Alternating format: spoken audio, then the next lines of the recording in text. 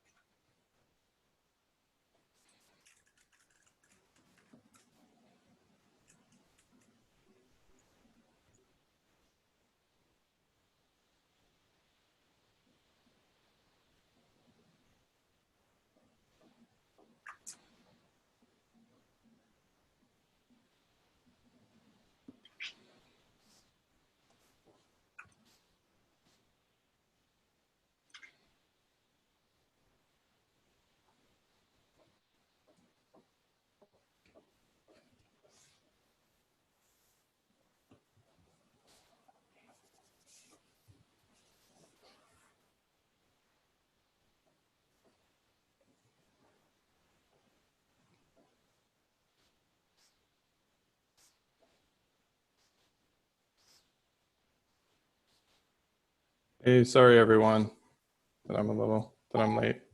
Hi. Yeah. Siri also said it Cool. was fine. So Nice. that was great. Yeah, I was trying to get food ready for my kids. Um, did you already get started at all? No. All No. right. Let's start with everyone's favorite snack food. I thought we'd just keep it simple today. Mine is chips and salsa. I think I've eaten chips and salsa as long as I can remember. And very particular in my salsa. It has to be like restaurant style. And here in the US, that's like very smooth. So everything's like blended up, no chunks, no nothing. I do like the fruit salsa from time to time. So like I made a pineapple strawberry jalapeno salsa on Saturday that was good. But chips and salsa's at the top for me. Remy, what about you? Cool. Yeah, I think for me, chips also. We really love that with my girlfriend. I think every week we have what we call an apéro, which is like you know before the meal, so like appetizers, I would say. And by the way, I think in France we learned that chips is crisps, Mm. and I think it's in the UK actually that they call it crisps. Crisp. I mean, yeah. Anyway, I think it's always confusing for us because we say in France we say chips as well. So that's that. I'm relieved that in the US you also tend to say chips. Chips. um, yeah, I don't know, snacks. Yeah, chips. I, we love that. I think that's, yeah, something that we try to stop eating, and we manage for a few weeks, and then yeah, it's too hard. So yeah, not really not really super original here. Maybe Mark has something more original. No, mine's it's not something I've always eaten. I actually discovered it maybe about 4 or 5 years ago. It's these like Polish wafers. They're just really kind of small, light wafers. So they're not too sweet, but they would be considered a sweet snack rather than a savory snack. Yeah, so in the UK we call chips crisps, and we call like fries chips. So How confusing. yeah, so but Australians call chips, well, so crisps chips, and then like potato fries hot chips. So you have chips and hot chips. But yeah, crisps. Crisps are more like potato based, but then you have like corn based snacks like tortilla chips, you know, which you dip in salsa and stuff. We have I think Doritos. They're pretty good, like cheesy kind of flavored. What kind of salsa do you have then, Kyle? Is it like a tomato-y salsa? Yeah, like a tomato-based salsa. Usually tomatoes, red onion. Think like a pico de gallo. Yeah, so like that, and just all those ingredients. Just I like pico on its own, but I like everything just smooth. So puree all that, and it's spicy delicious. Or not spicy? I like spicy. Actually, the salsa. There's like Pace is like a brand in the US that's like pretty prevalent in all the grocery stores. I like their hot salsa, and it had been out since like coronavirus started, and all the grocery, like I think I went to like 3 different grocery stores and over the last month and a half, and it's been out everywhere. My in-laws found 3 jars of it and brought them this weekend to me. So I finally have my favorite salsa back, and it's been awesome. Care package. Yeah. Yeah, I find that there's been snacks are kind of one of those things that you go to in time. Well, and I found like here, I've been stocking up on those snacks that I like during this period because we're not going shopping as much, but it's also something that I'd like to have. And it's kind of like a comfort thing for me, I guess. So I've been trying to get more of these wafers recently, probably more so than before the virus started. Albert, what about you? I would say banana. Oh, okay. It's boring, yeah, but yeah, I really like bananas, and every time we don't always buy bananas, but whenever we have it, then I realize that I can go through them very quickly, and sometimes I want to keep bananas so that it ripens and I can use them for other things, or like banana bread or muffins or something, but I'll end up going through them, and then a few days later we're out of bananas. Yeah. How about Jianxuan? Your room is also banana color. No, this is the light. I want to change the light, but I can't get people to come to change, so I have to deal with this for now. Cool.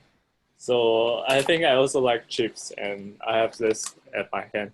It's not made by potato, but it says pea crackers, and it's made by different, I think, pea that I don't know the name in English, but different plants.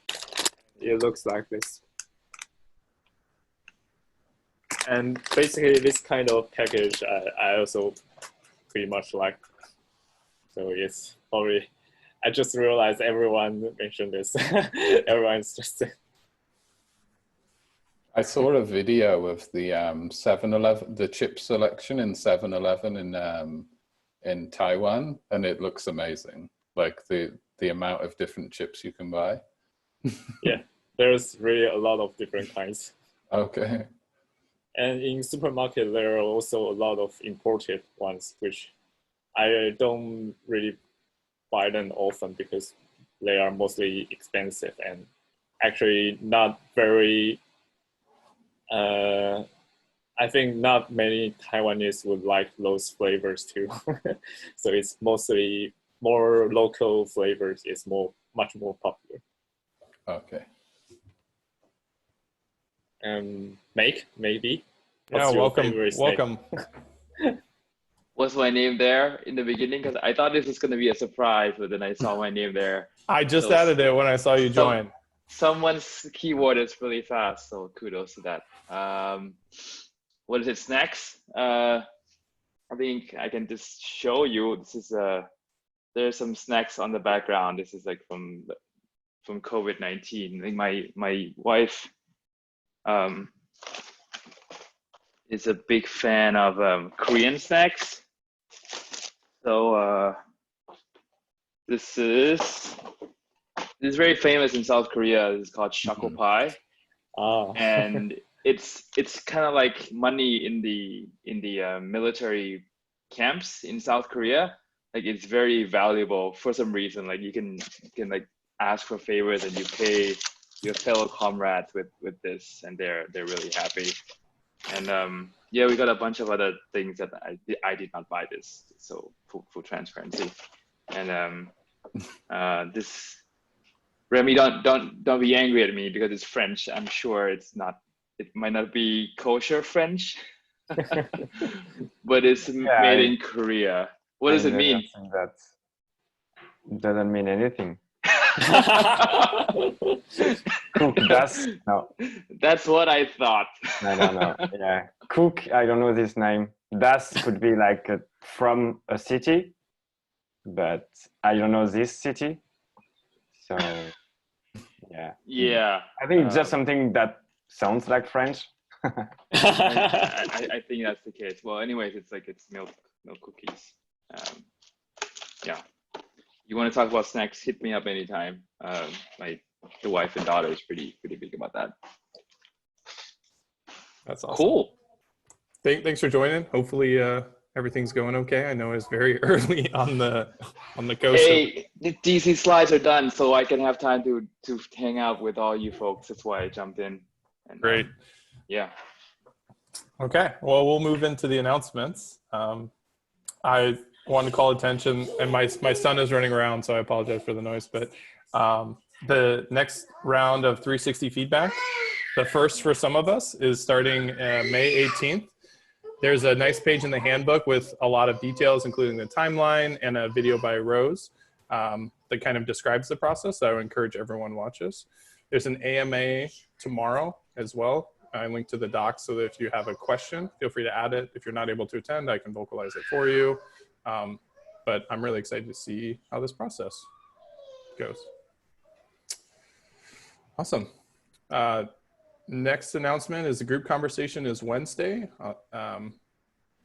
I linked the slides here. Please review them, make any changes that you'd like. If you have questions, we can discuss them in the Slack thread, but I appreciate everyone's collaboration on these and to make them as good as they can be. Since I'm here, can I just let you and the team know? So I added one more page for each team actually that captures just the team OKRs. So that's it's slide 13. So we have the OKRs at the top at the department level, and we track, and then each teams have their own one-page landing page for the OKRs. So that's should be clearer now on where things land. Yeah, thank you for doing that. That looks good. Yeah, and there was some discussions on Slack earlier on duplicating KRs. It's essentially a pass-through KR, but we can assign one issue to multiple epics.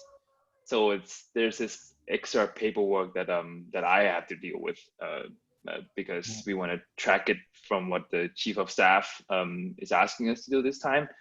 So yeah, I am planning to give some feedback to the PMs because this is going to be our process going forward.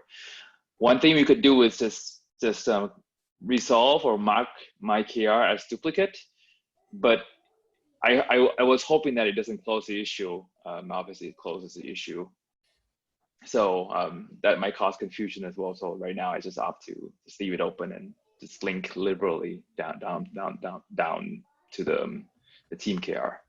Yeah. And Remy, Albert, you both have provided good feedback throughout this whole process. I know that there's room for improvement to make it clearer. The thread in Slack, Remy, I know you just added a bunch, haven't been able to read it yet. But let's keep the ideas coming on how we can improve this and make it clearer, because there's definitely room for improvement. Yeah. Yeah.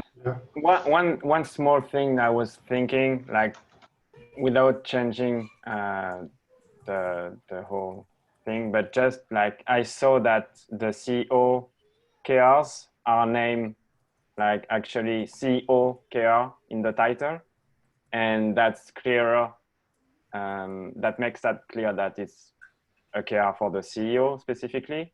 And I think in our case, maybe we should like add quality director KR, because I think that's what confused me, is that I didn't know if that was something I needed to look at or not. Like, and at least if it's written quality director KR, I wouldn't bother looking at it maybe. That's a great suggestion. Like everybody across the company has like KR. So it's kind of confusing right now. Yeah, that's something we could do. And just to track it that way. Cool. Thanks. Cool.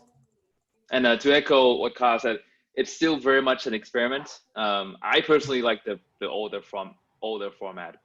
However, we're trying out what the overall process would be going forward. And then Sid wants us to use epics. I think that's also the key, and like linking them. Yeah. Yeah, I think that works well. Yeah, I think the only thing that I find strange are these duplicated KRs, like pass-through KRs, and I still don't understand why you cannot just be assigned to the bottom level KR, I would say.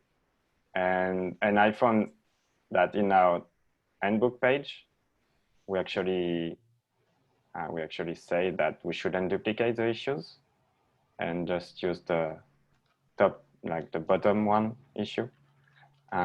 So yeah, that's still not clear for me. But I mean, personally, I don't have to care, because I should just look at the team OKRs. Yeah.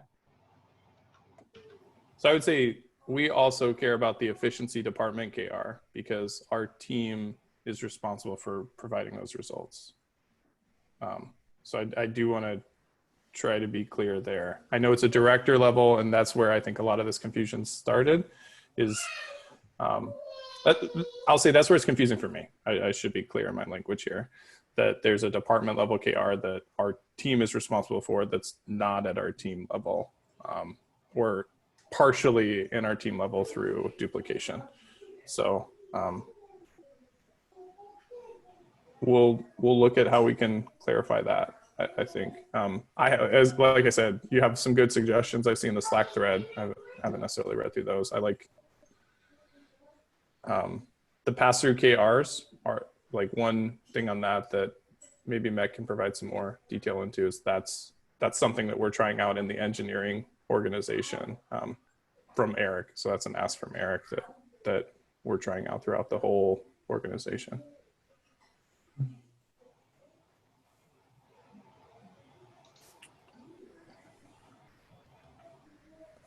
But yeah, I appreciate the feedback. We can always try to make this clearer. I just don't have answers right now. So like, let's work towards them. Cool. Anything else? I did move that down to the discussion since it turned into a discussion, trying to capture some of the items here. Great. Okay. This is kind of an announcement discussion. I put it down here in case there was questions. I'm trying to be more purposeful in setting due dates for follow-ups. So I may set a due date on an issue where it's, let's come up with a plan by X date, using milestones to indicate when we have a planned release for something that's not necessarily in progress or above anyone's cut line. And then most importantly, spreading non-urgent work within a work stream that maybe one team member has been focused on to other members of the team to help promote knowledge sharing and just kind of variety of work. My goals with all this is to try to be clear in communication, you know, have a drive accountability with the milestone and create that sense of urgency and increase opportunity for everyone to have knowledge transfer and learn new things. I'm not trying to add more stress through these. So if due dates are setting, like creating this strong sense of urgency that's adding stress, please let me know. Or if any of these actions are confusing or adding stress, please pass that feedback along. Any questions on that item? Do you have any example of such issues, maybe? Yeah, I can add them. The security, so I'll say the two issues where that are some examples here is the security MR. I set a due date on to say, let's follow up on this plan by this date, or let's see if we can have a better understanding of the scope by this date, and setting a milestone just to kind of set a target. Jinshin was great to provide feedback that where he said, this isn't necessarily achievable, so on setting that. That was, I think, the best example of doing these and then adjusting based on team feedback. I'll link to that issue in here. Cool, thanks.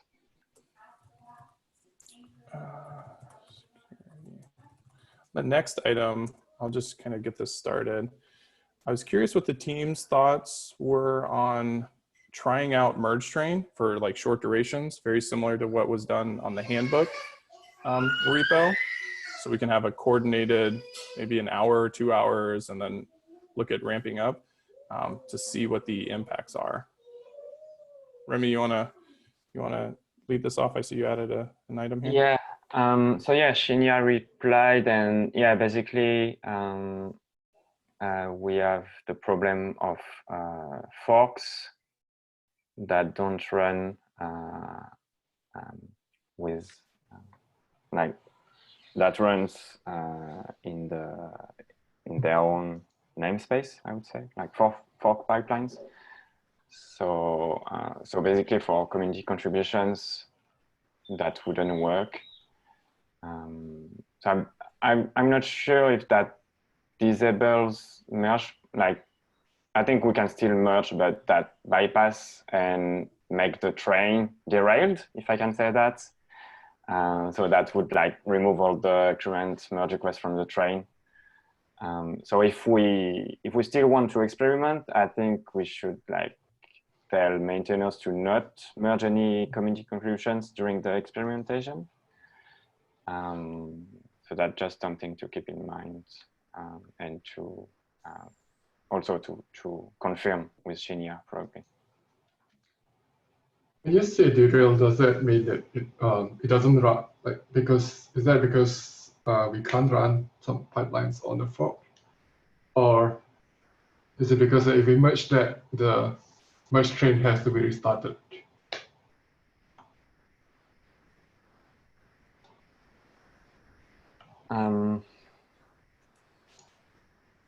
Yeah, I think the problem is that there's this security issue with running external contributors, like running external contributors codes in the context of the canonical project. If the merge request like exposes any environment variables, I think that's the issue.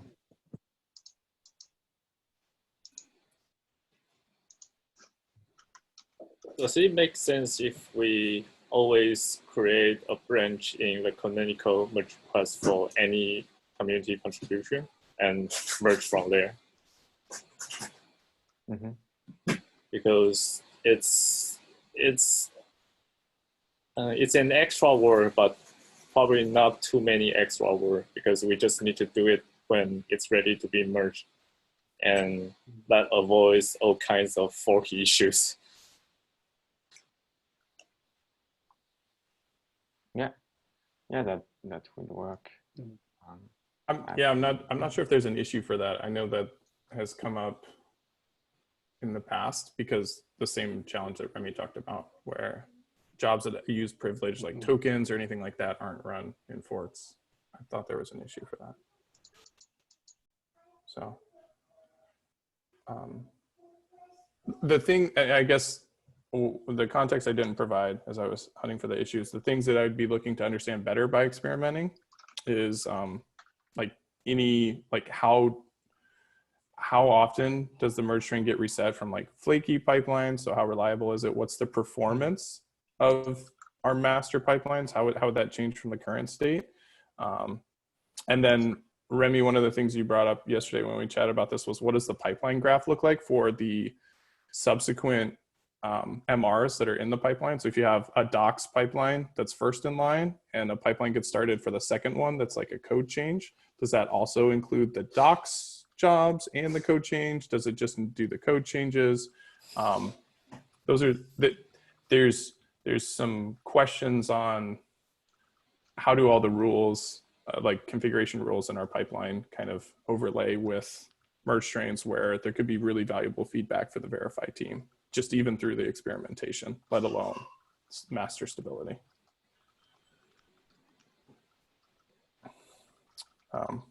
So it doesn't sound like there's any reason other than the fork pipelines, which looks like is scheduled in 13.1. So we can work around that by encouraging maintainers to not merge our MRs from forks during that time. But it doesn't sound like there's a reason not to try or not to consider trying. Okay. Yeah. All right. So I will go. Mac, I see you unmuted. Real quick though, I'll go through and do a plan or just like a proposal on that issue and get some more feedback from the team async before we look to do it. It's not anything that we'd look to do like in this release, maybe in the middle to the end of 13.1. So it's not something that I want to set high urgency on. Just wanted to discuss. Go ahead, Mac. Is it because, so if we can't use merge trains all in one, I assume the merge results pipeline and merge trains can coexist in the same implementation, can it? Meaning the one from our team members go through the merge train, but then anything from forks, can we still use just merge request pipeline and they just go in another pathway, not go in via the train? I'm not sure. I think anytime you merge directly to master without the merge train, it resets the train. That's the derail the train. That's what we were talking about. Got it. Yeah, I think so. Yeah, the feature is working as intended. I see. Okay. Yeah, I think. Yeah, go ahead. No, I was just saying with the issue that that Orit mentioned that is scheduled for 13.1. I think that should solve the problem because that would allow us, maintainers and developers in general of the Canonical project to start a pipeline in the Canonical project after reviewing the code. So after checking that the code is fine and not exposing variables. So I think that will solve the problem. And the only thing that we would need to check is that starting a pipeline manually is fine, but it would also work with the merge train, which starts the pipelines automatically. But I think that would solve it, since that basically the problem that this needs to solve. So yeah. Okay. Yep, makes sense. I echo what you said too, Kyle. Lower priority. I think even 13.2 is fine. Since we have a lot of momentum already on costs, just keep on that momentum. That's gonna help us a lot going forward. Sure. Okay. Cool. Thank you. Thanks for the discussion. Albert, you want to take the next item? Yeah. So I've been looking into the front end fixtures job recently. one thing I found is that these fixtures are mostly JSON and HTML fixtures. They are static. Some of them are taking a long time because it's running as RSpec tests, which creates the data within the RSpec itself, like using factories and stuff. And some of them are also using the background jobs, which then get repeatedly called, and that accumulates time. So I feel like in most cases, it doesn't need to be run repeatedly. So I was thinking whether we can use database fixtures or something different, or any other solution that we can take to recreate this, to get to the same end result of having the data ready for a controller to render a JSON. I'm curious, like, what other ideas everyone else have.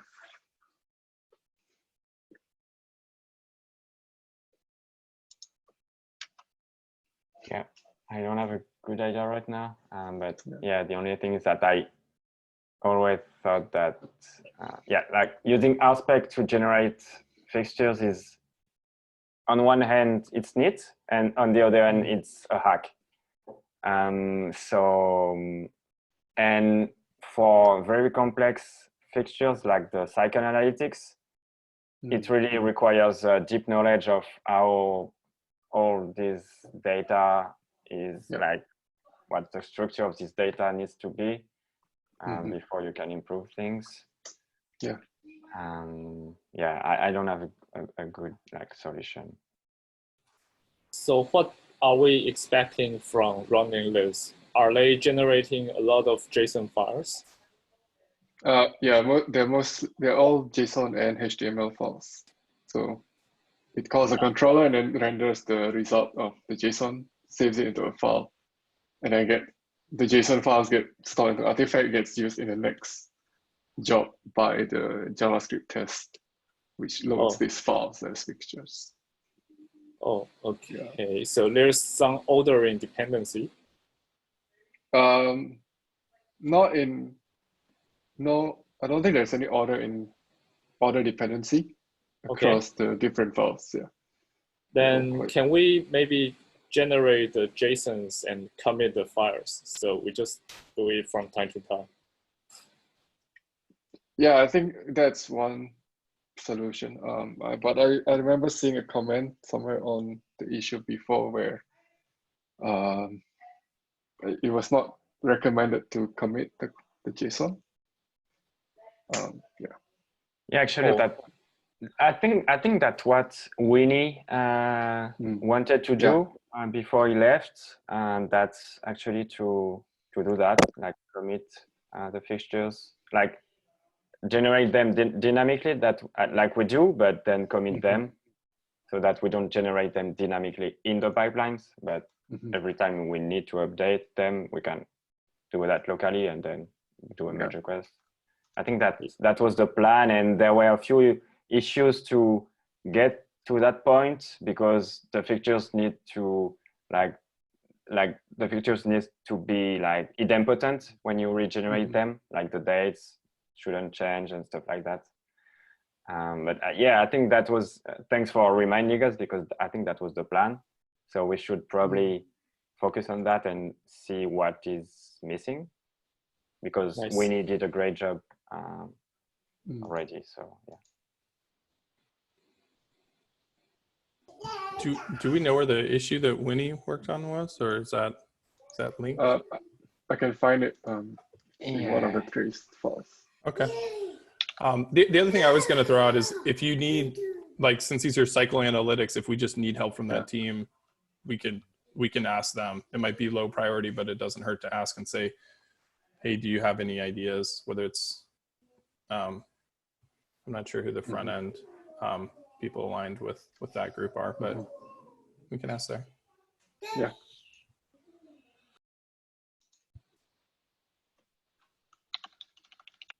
I think I found an epic which is related. An epic.